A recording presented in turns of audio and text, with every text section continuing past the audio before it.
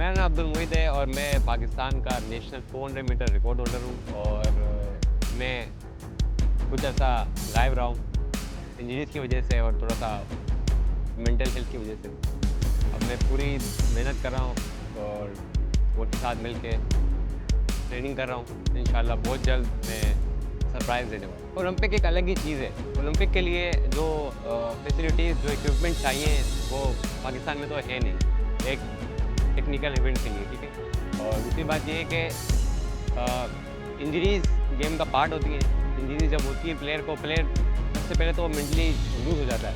तो कोच ही होता है जो प्लेयर को मेंटली मजबूत करता है इंजरी के साथ लड़ने के लिए। तो मैं अपने साथ साथ जो है ट्रेनिंग के साथ साथ मैं इंजरी के साथ अपने साथ लड़ रहा था कि मैं मैं मेंटली मजबूत हूँ, मैं करूँगा, मैं कर सकता हूँ। तो उसी मेंटली को लेके बातों को लेके मैं ट्रेनिंग करता था। तो पूरा सीज़न मैंने इंजरी में गुजारा है। तो अल्हम्दुलिल्लाह मैं बहुत अच्छा रिकवरी मेरी हुई है और मैंने दोबारा अपने टाइम अच्छे किए हैं। तो आस्ते आस्ते मैं इम्प्रूव कर रहा हूँ। तो बहुत जल्द इंशाल्लाह मैं और अच्छे टाइम करूँ। बहुत मुश्किल होता है क्योंकि किसी भी एथलीट पे एक देखिए बैड पैच आता है। अब वो बैड पैच से एक प्लेयर को निकालना वो बहुत सबसे मुश्किल काम होता है बिकॉज़ वही की शुरू से मेंटोर भी मैं रही हूँ, कोच भी मैं रही हूँ। तो ये था कि बहुत डिमोटिवेट हो गया था जो इंजरीज़ आई हैं इसको और उन इंजरीज़ की वजह से एक के बाद एक कॉम्पिटिशन में जब फेलियर देखता गया है, इंटरनेशनल लेवल पे जाकर बहुत डिसअपॉइंटमेंट्स मिलती गई हैं, तो उसने उसकी मेंटल हेल्थ को बहुत डिस्टर्ब कर दिया था। फिर आपको पता है कि हम जिस कल्चर में, सिस्टम में रह रहे सोसाइटी में, वो भी फिर प्रेशर्स रहते हैं आपको। आप ना भी बोलो तो आपको आसपास के प्रेशर्स, फैमिली के, नेबर्स के, पीयर प्रेशर सब होते हैं। वो सारे प्रेशर सब मिलके एक मेंटल हेल्थ को बहुत अच्छा खासा बर्बाद कर देते हैं। बहुत मुश्किल हुआ उसको मेंटल और फिज़िकल हेल्थ को साथ लेकर चलना।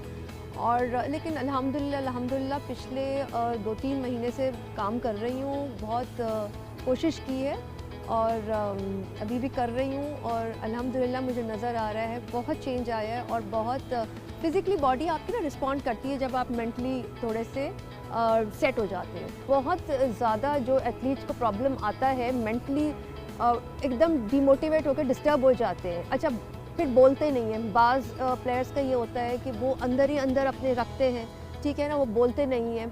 इस वजह से उनकी बॉडी रिस्पॉन्ड नहीं कर रही होती है। अच्छा, ट्रेनिंग कर रहे होते हैं लेकिन मेंटली वो कहीं और होते हैं। वो टाइम भी ट्रेनिंग का डिस्टर्ब हो चुका होता है। अच्छा, खा रहे होते हैं, न्यूट्रिशन ले रहे होते हैं लेकिन आपको वो भी कैलोरीज भी आपको बॉडी पे असर नहीं करता है।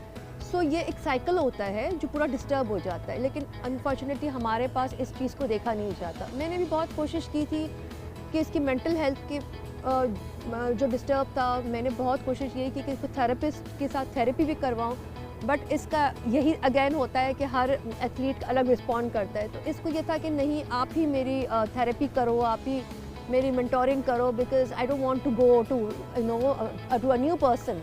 तो हमें ये भी चीज़ें देखनी पड़ती हैं एज ए मेंटोर। तो बहुत ज़रूरी है हम यहाँ स्पोर्ट्स में इस एरिया को हम डिस्कस करें, इस एरिया को हम थोड़ा सा देखें। बहुत ज़रूरी है इस चीज़ को। जब मुझे उस वक्त लोगों ने पाकिस्तान में वो खिताब दिया कि तुम यूसेन बोल्ट हो, पाकिस्तान का बोल्ट हो, तुम उसकी तरह भागते हो, तुम्हारा रनिंग स्टाइल उसी की तरह है, तो मैं बहुत खुश होता था उस बात से। क्योंकि अगर आप किसी लेजेंड के साथ लोग कंपेयर कर रहे हैं तो एक खुशी की बात है। मैंने कभी प्रेशर नहीं लिया इस चीज़ को, लेकिन जब मैं अंडर 200 मीटर करता था तो अल्हम्दुलिल्लाह मेरे कोच ने मुझे इतनी मेहनत कराई थी कि मैंने ग्रेजुअली जो नीचे से इवेंट्स होते हैं स्कूल लेवल से लेके कॉलेज के इवेंट, फिर उसके बाद बैनुल सूबाई और यूथ के इवेंट, नेशनल जूनियर के इवेंट, मैं इस वक्त पाकिस्तान का अल्हम्दुलिल्लाह नेशनल जूनियर के अंडर 200 मीटर के मेरे रिकॉर्ड। तो मैं अपने जो इवेंट्स थे वो स्टेप बाय स्टेप खेलता गया।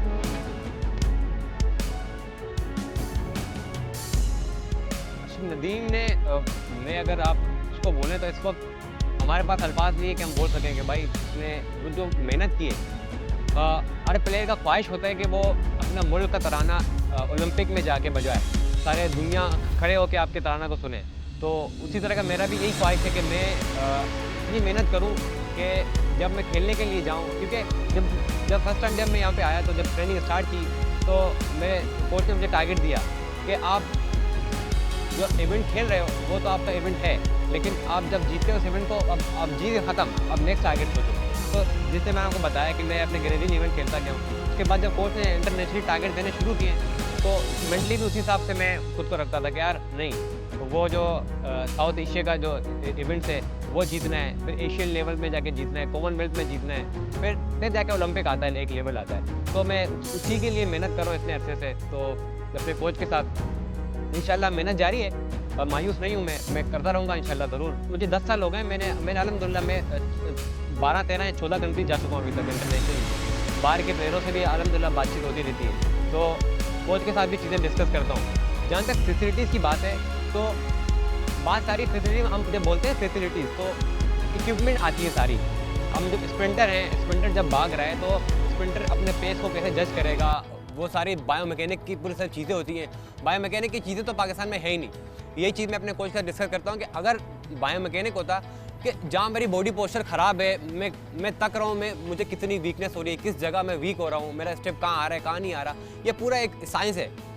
इवेंट में बच्चे तो आके मेहनत करने लग जाते हैं, ट्रेनिंग करते हैं। जब आप इंटरनेशनल लेवल पे जाते हैं तो ये सब चीज़ें चाहिए होती हैं, क्योंकि मुझे नहीं पता, तो कोच को पता होता है, कोच मुझे मेहनत करा रहे हैं, मैं अपनी पूरी जान लगा रहा हूँ, मेहनत कर रहा हूँ। जो टेक्निकली चीज़ में जो आपको बता रहा हूँ ना फैसिलिटीज़, वो ये है कि अगर हमारे पास बायोमैकेनिक लैब हो, हमारे पास जैसे पाकिस्तान में मुझे अल्हम्दुलिल्लाह लियाकत नेशनल ने वो किया हुआ sponsor, doctor Kazim, doctor Ali, तो हमारे पास फिजियो है इस वक्त, तो हम सब चीज़ों को लेके चल रहे हैं। कुछ और चीज़ें हमें मिल जाएँ तो मुझे लगता है कि हम इंटरनेशनल लेवल पे हम पाकिस्तान के लिए गोल्ड लाएंगे।